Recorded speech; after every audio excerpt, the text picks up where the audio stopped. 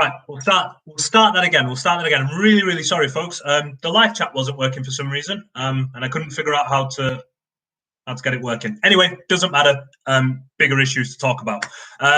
Yeah, Derby lost 2-1 against Blackburn after going 1-0 up in the first half in just an absolute fucking gut punch of a game, if we're honest. Rotherham's defeat to Coventry the night before. Rotherham's defeat to Coventry on the night before left the door ajar for Derby to make that gap 7 points against a Blackburn team that had won 1 in 15. No wins in their last 7. Were pretty low on confidence. We're pretty low on confidence. And Derby had just come off, in my opinion, and even in the context of the result, in my opinion, one of the better performances, certainly under Rooney, in the Norwich game. That game, they didn't deserve to lose. Now, in football, they say you always get what you deserve in the end, but in my opinion, they didn't deserve to lose that game. They were excellent against Norwich, and it's a direct free kick from a sloppy bit of defending. Forsyth tried to recover from a slack pass he played, and then the free kick goes in. Soft goals again tonight. Really, really soft goals. The first one, Gallagher, I'm not sure who's meant to be picking him up. It looks like it's a zonal marking scheme in play, and Lawrence gives him a bit of a shove, but it doesn't really disrupt him. The ball-in's good. The ball-in is good, but no one's really marking him at all. It's a free header. You cannot let Sam Gallagher, get a free header. He's a big, big lad. Like, just rule one needs to be mark the big dude. And I know, like that can sound quite rudimentary and dismissive of marking systems, but just mark the big guy right there. And then the second goal, it's a bad error. It's a shocking error from Wisdom. There are other phases to try and recover. Elliott gets the ball on the wing, cuts inside. Shinnie doesn't cover himself in glory. Marshall can get a stronger hand to it, maybe. But the start of it is a bad Wisdom error. Like, he's under no real pressure at all. He just takes his eye off the ball. He doesn't control it. And he had a few of those.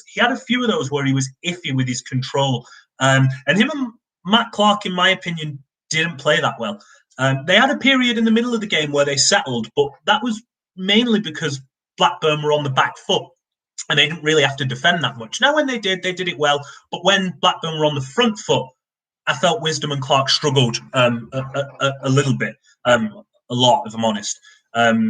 There was a moment when Armstrong is going to run right through the middle. Marshall has to say a really good save in the end. Like, Clark and Wisdom are both favourites for this ball down the middle. Neither of them take command, and it takes a really, really good David Marshall save. David Marshall, maybe can get a stronger hand to Elliott's shot.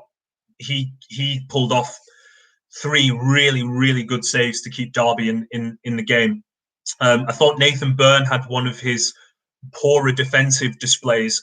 He kept, Blackburn defenders kept getting in at his side, and there was one where it was a Marshall save in the end, but Wisdom is left sort of 2 versus 1 with 2 Blackburn defenders because Byrne doesn't really help him out at all. And yeah, they weren't great. The only one of the back 4 that really was good was Forsyth, both defensively and offensively. I thought he was very solid. Thought Byrne was good offensively as well, but in terms of all-round game, I thought Forsyth was the best of the bunch. I thought Camille was quite poor tonight. He got into some really, really good positions, but he just really wants a goal, and he's trying to find the perfect goal. And sometimes when he gets in the box and he cuts in on his right foot, and there's a crowd of bodies, just think, just hit it because it could ricochet anywhere. And he didn't. Sibley was okay. I thought his movement was really good. He closed down really well. I thought he was okay. Shinnie and Bird were neither of those guys deserve to be on the losing end this evening. They were absolutely excellent, absolutely wonderful in the middle of the pitch. Bird, box to box, was sensational. Brilliant job he did. His defensive work was excellent.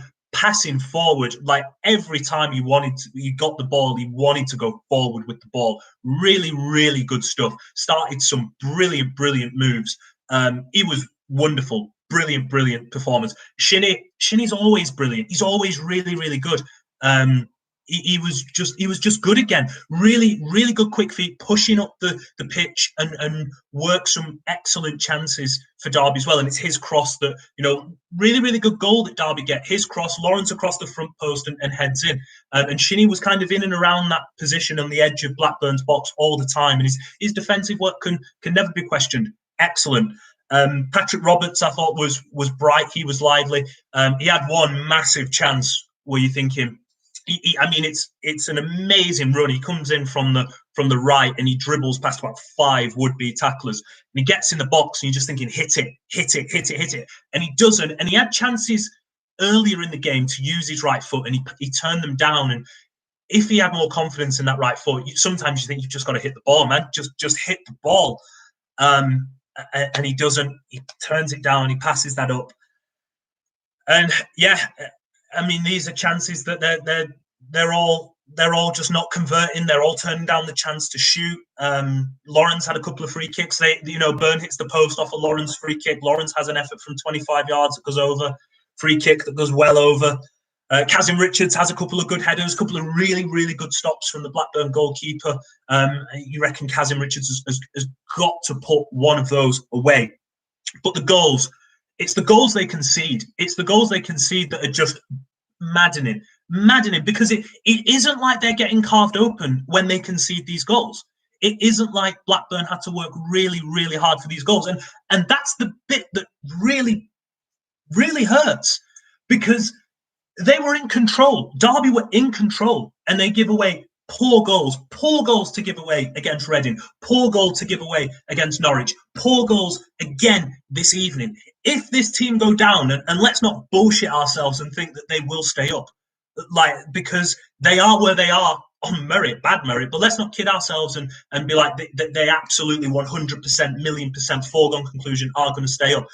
They need 6 points. The margin for error has almost gone.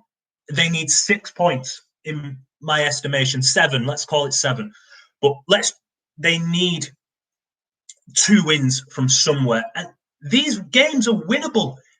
These games are winnable. Cut out the bad errors leading to bad goals, and they will pick up points somewhere. Preston are not in any great form at all. They've scored 10 goals since the turn of the year. They're not in great form. Swansea, I have no idea what Swansea do on a game-to-game basis. No, Swansea are beatable. And then you've got Wednesday and Birmingham. Now, Birmingham have proved me wrong, and I'm happy to well, maybe not happy, but will admit that I thought they were gone, and Lee Bowyer's done a brilliant job in turning that ship around. Really, really good job. Even Huddersfield have been dragged into this now, and Huddersfield are in absolute free fall right now. They just will not stop conceding goals, so even they get dragged back into it. All the games Derby have got left are winnable. They won't win them if they continue to give away these poor goals. It is so baffling. They defend so well as a unit for so long, and they just have these moments where they just have these brain farts. And it's cost them. It's cost them tonight. It cost them. All right, the goal against Norwich was a direct free kick and it's a brilliant strike, but they get that direct free kick because of some sloppy defending. And they were easy goals to give away against Reading. They were easy goals that they conceded against Reading. They have to cut that out. They have to stop that for the final 4 games. They cannot give cheap goals away. If you get ripped apart and the goals are really, really well worked goals, fair enough. You can't say any fairer than that. That's sport. But if you're going to give away cheap, silly, sloppy, needless goals, you will be punished to the hilt. And Derby have found that out in 3 straight games. It has to stop, and it has to stop immediately. Now, that isn't to say that there weren't good stuff. This is the thing. They played well. They played okay. They got the stuffing knocked out of them after the second goal, really. But they played well. They played well against Norwich. They played well for large spells tonight. They need to be rewarded. They need to start rewarding themselves for the good attacking work that they have done. And right now, they're not. And it's baffling. These 4 games are huge. Absolutely, absolutely huge. But they have shown that they can do this. They can do it. They've shown that, but they need to be more clinical because they are creating a lot of chances, a lot of them. They need to be more confident in taking some shots with the weaker foot or whatever it is, and they need to stop having these brain farts, and it needs to stop now. Let's get to the chat. Sorry. Why do you think Jason Knight has not been playing recently? Sam, by all accounts, he's a bit tired, so I think it's reflected in his running numbers, is what I'm led to believe. Is basically his numbers are down. He's knackered. He's got through just an incredible amount of work this season, and it's catching up with him a little bit now. So yeah, I think that. Well, as I'm led to believe, that's the reason. There's nothing sinister about it. And Rooney really loves what he does. I think also from a pure skill set standpoint, I think Bird and Shinnie have been really good, and I don't think you can break them two up at the moment. I think Knight is kind of like both of them, but I think in Sibley gives you a bit more going forward. And I think that's the way that you sort of make the selection there, is that these two eights in the middle of Knight and Shinnie and Bird, really good. Don't break them up. They need a little bit more oomph going forward. Sibley's the guy that you want, right? He can beat a man, take on a man. He's got a really good shot from distance. So I think in an offensive move, that was the call that was made. But I also think Knight does need the rest. How much does Mel Morris need to take for the blame of this? A lot, Will. A lot. He owns the football club still. He needs to take a lot of blame for this, a lot of responsibility for this. Look, Mel has done some really good things with the academy. Derby have always been competitive under his reign, apart from this season. Even like last year, they were within a point of the playoffs. But this season, it's a series of decisions from earlier in his reign that have had a knock-on effect and have come to cost them further on down the line. I mean, yes, these are professional players and they are on a lot of money as well. But for 2 months, for the better part of 2 months, they were paid late or not paid at all, right? Like, subconsciously, forget it's football and forget this and forget that. Like, on a human psychology level, subconsciously, if you're not being paid, you drop 0.5%. And then it's up to the coaches who are being paid late or not being paid to then try and drag that out of them. And yeah, it's a battle. That financial error here was caused because of financial errors further down the line here. He has to shoulder a lot of that. The reason the team is so unbalanced, because, look at Frank Lampard's transfer window, for example. Only Martin Waghorn remains from that transfer window. And they spent a lot of money under Frank. A lot of money. And only Martin Waghorn remains. And even he might walk away at the end of the season. I mean, that isn't good enough, in my opinion, at championship level to spend that kind of money. And to only have one player remaining after, just 3 years? I mean, dog, that isn't good enough. It isn't good enough. I always said that if you have to sell the football stadium to yourself, that to me doesn't sound like a business, a club that financially is sustainable long term. Now, people may say it is a very frequent accounting practice. That's fine. Look, you can sell it to yourself. Absolutely fine. My qualm isn't with that. It's legal, right? And they were, they are innocent because the panel found them innocent of the FFP breach and of the valuation of Pride Park. They were innocent, but you do have to question financially, why did you have to sell it to yourself, essentially? And I think that's a fair question to ask. Now, they've been found innocent, but I still think it's a fair question to ask. So yeah, I think Mel does have to take a lot of responsibility for this. Now, he's not just to blame. He isn't just to blame. There are a lot of there's a lot of blame to go around, right? But yeah, I think he does have to take a lot of responsibility.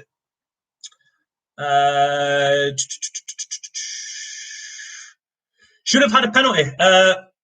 Regan. Sorry if I messed up. Yeah, the challenge on Ebeselli to me looks like a penalty. Yeah, it does. It looks like a penalty. Yeah, I mean, yeah, I don't know what to tell you, man. Yeah, in my opinion, that is a penalty. Otherwise, why does Ebeselli go down? Now, he looks like he might be losing his footing just a little bit, but he still gets clipped. He still gets caught. He's chopped back inside. The guy's nowhere near him. Yeah, in my estimation, that's a penalty. It would have got Derby out of shook. It would have got them out of jail big time. But yeah.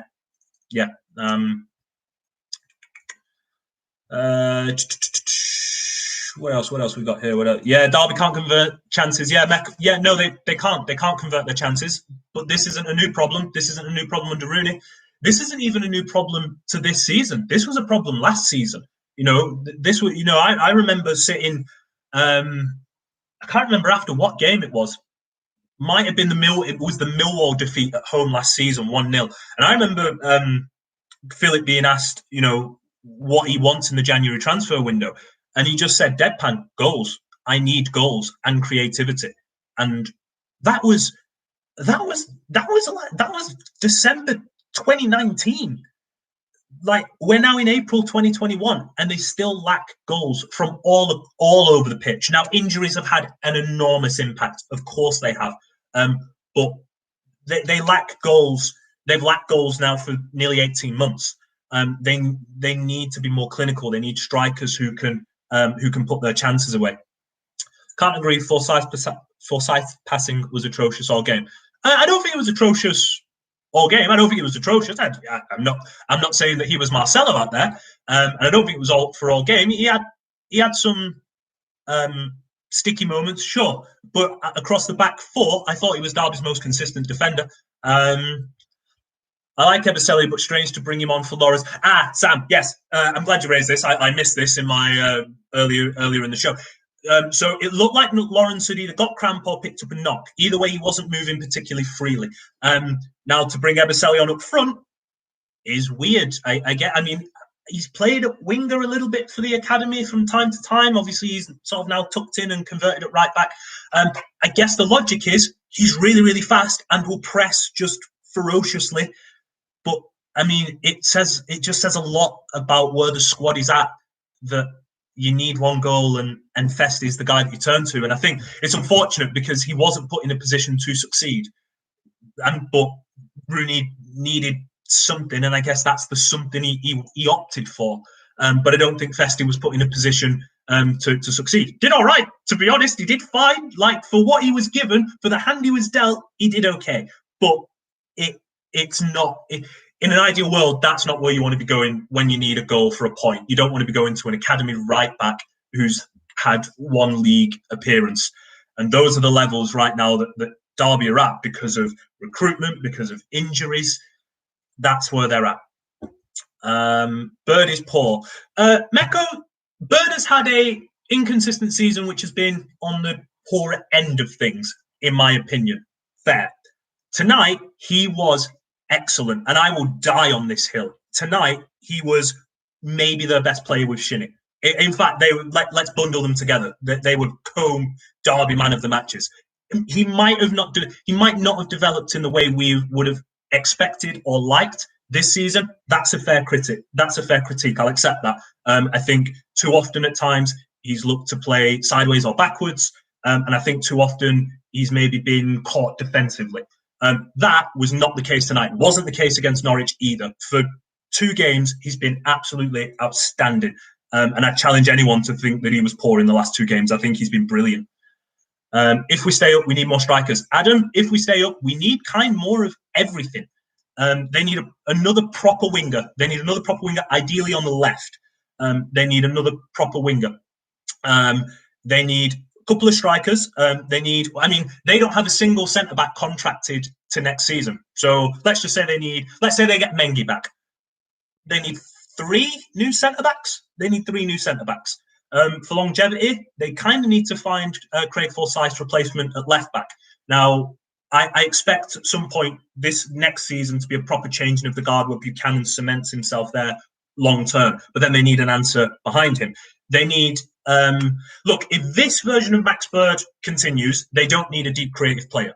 However, if his development goes like that through next season, they need a creative player. They need a pure 10. Now, I like Sibley as an attacking midfielder, and I think I've said this a lot. I like him more as a guy that picks the ball up on the half turn and runs at you. I don't think he's got the eye for a pass that like a pure 10, like a floaty kind of playmaker 10 has got. The comp I always use is Mesut Ozil. I really need to find a championship version, but you know what I mean. Maybe like a Buendia or someone like that who just floats around, can pick a pass, sees the run, knows where it's going, knows where it needs to be. They need one of those. I like Sibley in that position, but I think his skill set isn't that of a creator. I think he is an attacker. Pick the ball up on the half turn and run at you. I think that is where his skill set lies. Mate, serious question. Are you still in a job if we go down? Yes, Nick. Yes, I will still be in a job. And for as far as I'm concerned, I'll still be here next season. Even if they go down. That's as far as I understand it. Now, it's been something that I've chatted about and been like, well, what happens if they go down? I want to stay. I want to stay. Love you guys. love covering the club.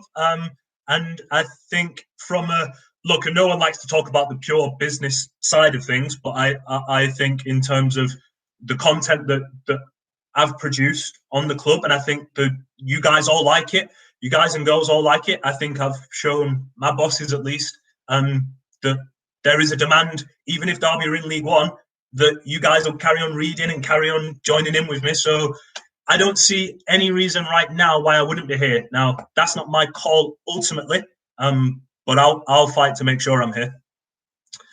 I'm confused. We should be playing 5 at the back. Oh, Adam. Yeah. Do Derby have 5 fit defenders? Mengi's out. Who else we got? Who else we got as a defender? Mengi's done. Curtis Davis is out. Matt Clark was playing through the pain barrier tonight. I suppose. Do you want to kick Burn inside, play him as a right-sided centre half and put Ebeselli out there, or maybe put Forsyth at left-sided centre back and have Buchanan start? I'm not so sure. I'm really not so sure. We've seen Forsyth at centre back under Cocu.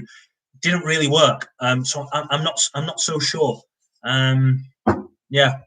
Typical of our season. No, can't score. Yeah, Matt. In many ways, this was a microcosm of a lot of Derby's season. Soft goals conceded, can't put chances away, do some really good stuff in large parts of the game, and ultimately disappointment. Oh, thank you very much, Ian. That's very kind of you to say. Thank you, and you too, Nick. Swansea aren't beatable. I think they are. If you've watched them lately, I think Swansea are definitely beatable. You look at where they were, sort of turn of the year-ish. They were, top 2? You look at them now, watch Swansea now and tell me what identity they have as a football team. I don't really see it. I don't really see what they have. They're really methodical, and you could argue that's another word for slow and probing. But they're beatable. In fact, they are beatable because Derby beat them at Pride Park. And remember, that was at a time when you looked at the fixture and thought, oh, shit. But they beat them at Pride Park, so they definitely are beatable. And football's weird. Maybe you look at where Derby are now and think, nah, not really. But I think they are. I definitely think they are. What else we got? Do you blame Cocu for where we are? It's hard to now. He's gone. I shouldn't laugh. It's never nice for someone to lose their job. But it's hard. He was around for 11 games. Now, yes, you maybe say that set the tone for what has transpired. But I think all it really did highlight is the same problems they had under Cocu, they still have under Rooney. They can't score goals. They give away cheap goals. The squad is unbalanced. And they don't really have that much money, right? Rooney said after the Bristol City win in late January, so the day before the transfer deadline day, Rooney said that he would be bringing in a mix of permanent and loan signings. That didn't happen. I imagine the reason that didn't happen is because they didn't have the money. They didn't really have the money in the summer either to recruit how they wanted to recruit. They had to sell Max Lowe, Jayden Bogle, Chris Martin. He left the club, obviously couldn't come to terms on contracts. That freed up some stuff on the wage bill. And then you look at Marriott went out on loan. Malone, Bennett left. Bennett left on a free. They got nothing for him. Dwayne Holmes in January, he left on a free. He got nothing for them. Now, people came at me and was like, it's undisclosed. Do you really think Derby County wanted to put on their website that they got zip for Dwayne Holmes? Yeah, of course the fee was undisclosed. But I'm led to believe that they got nothing for Dwayne. Sorry, where are we? Man, you guys are active. I'm really, really sorry. Where are we? You think Eric Alonso walks away if we go down? No, I don't think he will. Because this club still has loads of potential. The stadium is fit for Premier League. The training ground is fit for the Premier League. They've got assets there in terms of, you look at Rooney. I mean, whether you think he's a good manager or a bad manager, I think we'll find that out properly next season. I don't think. I think it's really, really harsh to judge Wayne on what he's done this season, and I think he's done by and large, he's done an okay job. Think about the context of where Derby were when he took the job, and think about where they are now. Now, yes, they are looking over their shoulder at relegation, but when he took the job, they were bottom of the Championship, dead last, propping up the table, and they're not anymore. And while that's nothing to celebrate right now because of where they are in the position, it should earn him a bit of kudos, at least a little bit. Do I think Eric Alonso walks away? No, I still think, as a business person, Derby County is a smart business investment at the right price. Where are we? We had some very good chances. Roberts in the second half should have made it 2-0. Yeah, I agree, John. Roberts had some really, really good chances. Usually I had some good opportunities. He passed those up as well. Kazim Richards at the end had a couple of opportunities. He passed those up as well. Yeah. We had chances. That's the bit that sucks. We had chances. If we had Bielik, we wouldn't be here. Adam, I'm inclined to agree with you. I think he really was that valuable to them. I really think he was that valuable to this team. And you saw how well they played with him in the team. And they've not really been the same side since he's gone out. We didn't sack Cocu sooner. They didn't see that we did this exact same thing last year with him in charge. Yeah, I can see that school of thought. I think the Norwich victory was the one that really. I think there was a feeling, I think, at Derby that he would be sacked if they lost against Norwich. Now, publicly, Derby said that they wouldn't, do that. But yeah, I think that was always the feeling of it. But so much time has passed. I mean, that was 11 games. I mean, it was right at the start of the season. There has been enough time has passed. I mean, look at the squad for that Norwich win, and look at the squad for the Luton win. Look at how different those two squads are. Look at the change in style. Tactically, they're much more direct, by and large. They are defensively a lot tougher to beat. There is blame to be had at the start of the season. The pre-season, by all accounts, wasn't good enough. Obviously, the style wasn't good enough. And yeah, they got one win in 11 games. But it's really hard to just say it's Cocu's fault, because he was here for 11 games and they've changed since. A lot has changed since then. He shares part of the blame as well. It's partly why he lost his job. Well, it's all of why he lost his job. He didn't do a good enough job. But it's hard to say that it is all his fault. Now, yeah, I see the argument they should have sacked him sooner, and the Norwich result, in hindsight, you might look back and think, oh man, maybe if you want, you look at it and think, lose that, make the change sooner. But yeah, it's difficult. It's really, really difficult to say. Where are we? Do you think the club will give out cowed slickers for the shit they put us through? Maybe. I'll come along as well. What else have we got? Do you have a shout? Do you have a player of the season shout? Yeah, Charlie. Yeah, I mean, it's not good considering the game that he had tonight, but I think Nathan Byrne across the course of the season has been Derby's best player. I think along with Knight and Kazim Richards. Kazim Richards obviously has only been playing, well, we got his first start in late November, and yes, his form has been pretty poor the last month, but the context of his goals and assists and general play in that early period of Rooney are huge, even more so when you factor in how bad they've been lately. Derby, I mean, how bad they've been lately in terms of their results. The context of his goals are huge and definitely put him in the conversation. Jason Knight, just for the fact that he gets through so much work, he always plays, he's always accountable. Graham as well, but I want to give it Nathan. Because I think by and large he's been the most consistent player across the season. even if he defensively was not great this season. We just need to stay up at all costs. No, I agree, Ridley. Just stay up, find the points somewhere. I do not care how they get these 6 points. I don't care. Just find them. I will accept just the most attritional football, boring football on planet Earth if they get the points. I don't give a shit how they acquire them at this stage. The Athletic will pull him away if we go down. I wouldn't be so sure. You say no one cares about League One, but loads of people care about Derby. You all care about Derby. I care about Derby. I wouldn't be so sure that I'd be going anywhere. Now, again, that's not to say I won't. I don't make the call, but I wouldn't assume that I'd go because it's not necessarily about League One. It's about Derby. And you guys are always engaging. It's credit to you guys, because if you guys don't join in and read and interact with me and all that stuff, I probably would go. But we've proven that we give a shit, and we get views and readers and all that stuff. So that's all good. Spam without the S.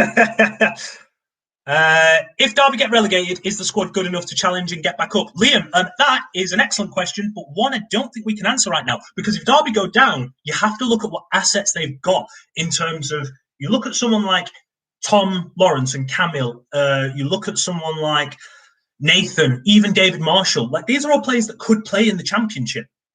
So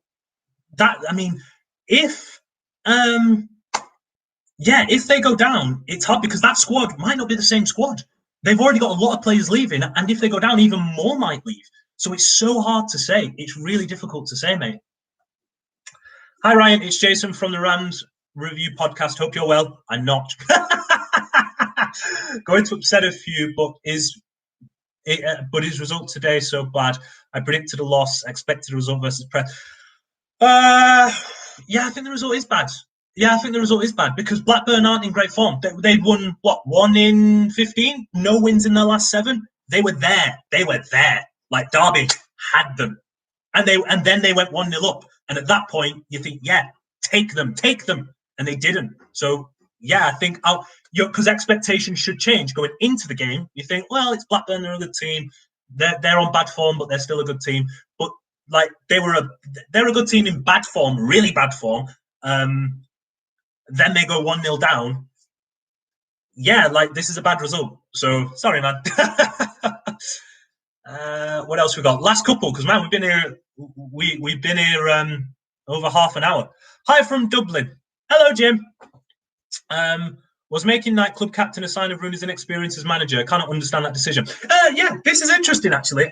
So I think it was an early marker from Rooney, basically saying, everyone is on merit now. Everything is done on merit. This young lad is the best trainer. He exemplifies everything I want out on the pitch. You get the armband. And to be fair, it is hard to argue with that. It's hard to argue with that because Knight, when he got the armband, had been Derby's, in that moment, he had been going through where he was Derby's most reliable performer in midfield. He always put a shift in. His tackling numbers are always great. His interception numbers are always great. On the ball, okay, he lacks quality where you want it. Fine, take that. But I think it was. I don't think it was a bad decision. I think based on everything that Knight brought at the time, I think it was an okay decision. Now, ironically, Rooney after the game, and I can't remember the game it was, but after the game, he chuckled and said, ironically, it was Knight's worst performance when he got the armband. So maybe the expectation of that did weigh on him, and maybe from that point, because he is a young man. Maybe from that point, it is a bad call from Rooney. So, I can see that side of it as well. Sorry, that's my cat. I can see that side of it as well, where maybe the weight of expectation, trying to lead these guys, be more vocal, know who's going from where in terms of their assignments and who's picking up who at set pieces and motivating and, digging guys out and stuff like that. Maybe that was a bit too much too soon for him. So, I'd take that.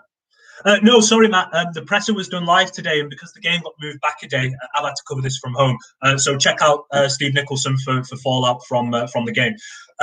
Guys, I'm away next week. I'll still be watching the games, but I won't be covering them. I'm doing some stuff at the Euros and with the packed fixture list. I just needed any time at all to take a break because my mind is a little bit fried. We're in a good place. We're in a good place up here, but just a bit mentally tired. So I'm off next week. Still be keeping an eye on the games. I'll still be watching. But I'll be back for the Swansea game and the Wednesday game. If Derby win the next 2 games, I might not come back and just let them win and stay up. And I'll stay back. I'll stay away until next season. But yes, I'm away for the next week, so there will be no Derby digest for the Preston game or the Birmingham game. So yeah, thanks so much for joining, guys. Big show today, nearly 40 minutes. Woo! Thanks so much for joining me. Honestly, it's always a pleasure, man. Like, you know, this is awesome that you guys all interact with me and stuff like that. I'm really, really thankful. And yeah, it's just awesome, the community we created here. So yeah, thank you so very, very much. Look, 4 games to go. Fucking hell. Let's go, man. Let's go, guys. Let's go, guys. We need 2 wins. 2 wins. Come on, let's do it. Let's do it. Take care, everybody. Love to all of you. Bye-bye.